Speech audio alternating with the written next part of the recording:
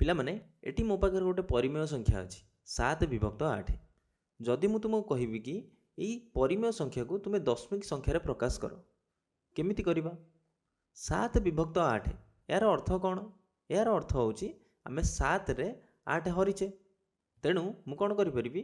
7ରେ ହରିପାରିବି 8। ଏବେ 7ରେ କେମିତି 8 ହରିବି? କାରଣ 7 ତ ସାନ ହେଉଛି 8 ଠାରୁ। କାରଣ ମୁଁ ଯଦି ଏବେ 8ରେ 1 ଗୁଣିବି କେତେ ହେବ? 8 ହେବ। ଏଇଟା ତ 7ରୁ ବଡ଼ ଅଛି। କେମିତି କରିବା?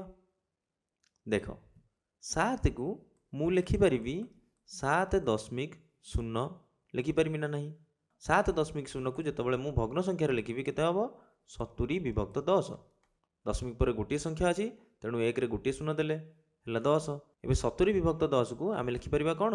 7 ଲେଖିପାରିବା, କାରଣ 70ରେ 10 ହରିଲେ 7। ତେଣୁ ଆମେ ଦଶମିକ ପରେ ଆମକୁ ଯେତେ ଦରକାର ସେତେ ଆମେ ଶୂନ ଦେଇପାରିବା। ତେଣୁ ମୁଁ ଏଠି ଲେଖିଦେଉଛି 7.00000 ଏମିତି ଆମେ ଦେଇପାରିବା। ଏବେ ପ୍ରଥମେ ମୁଁ କ'ଣ କରିବି?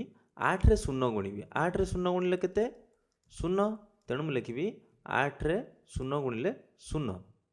ଏବେ 7ରେ ଆମେ ଶୂନ ଫେଡ଼ିବା। 7ରେ ଶୂନ ଫେଡ଼ିଲେ କେତେ ହେବ?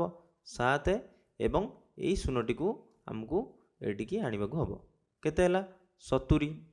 ଏବେ ଯେହେତୁ ଆମେ ଦଶମିକ ପର ସଂଖ୍ୟା ଆମେ ବ୍ୟବହାର କରୁଛେ, ଏଠି ଆମେ ଭାଗଫଳରେ ବି ଆମକୁ ଦଶମିକ ଦେବାକୁ ହେବ। ବୁଝିପାରିଲ? ଏବେ ଆମେ 8ରେ ହରିବା 70। ଏଠି ଭାଗଫଳରେ କେତେ ଲେଖିବା?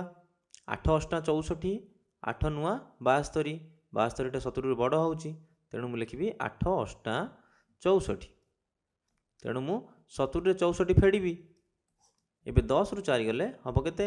6 ଏବଂ 6ରୁ 6 ଗଲେ 0। ତେଣୁ ମୁଁ କ'ଣ କରିବି? ଏବେ ଆଉ ଗୋଟେ ଶୂନ ଆଣିବି ତଳକୁ, କାରଣ ଭାଗଶେଷ ଯେପର୍ଯ୍ୟନ୍ତ ଆମର ଶୂନ ନ ହେଇଛି ଆମେ ସେ ପର୍ଯ୍ୟନ୍ତ ଡାହାଣ ପଟୁ ଗୋଟେ ଗୋଟେ ଶୂନ ଆଣିକିନା ଆମେ ଭାଗ କରିପାରିବା। ଏବେ ହେଲା କେତେ? 60।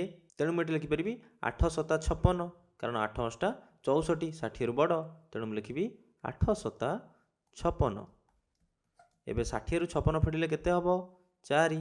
10ରୁ 6 ଗଲେ 4। ଏବେ ଆମ ପାଖରେ ଭାଗଶେଷ କେତେ? 4, ତେଣୁ ମୁଁ ଆଉ ଗୋଟେ ଶୂନ ଆଣିବି ଏବଂ 8 ପଞ୍ଚା କେତେ ହେବ? 40 ହେବ। ଏବେ ଦେଖ ଆମ ପାଖରେ ଭାଗଶେଷ ରହିଲା 0। ତେଣୁ ଆମେ ଉତ୍ତର କେତେ ପାଇଲେ? 0.875।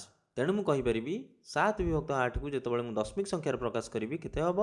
0.875। ଏବେ ଆମେ ଆଉ ଗୋଟେ ପରିମେୟ ସଂଖ୍ୟା ନେବା, କିନ୍ତୁ ଯେଉଁଟା ଋଣାତ୍ମକ ଥିବ। ଦେଖ, ମୁଁ ନେଉଛି ଗୋଟେ ପରିମେୟ ସଂଖ୍ୟା -3 ବିଭକ୍ତ 5। ଏବେ -3 ବିଭକ୍ତ 5କୁ ଆମେ କ'ଣ କରିବା? ଦଶମିକ ସଂଖ୍ୟାରେ ପ୍ରକାଶ କରିବା। ଏବେ ଆମେ ପ୍ରଥମେ କ'ଣ କରିପାରିବା? 3ରେ 5 ହରିବା।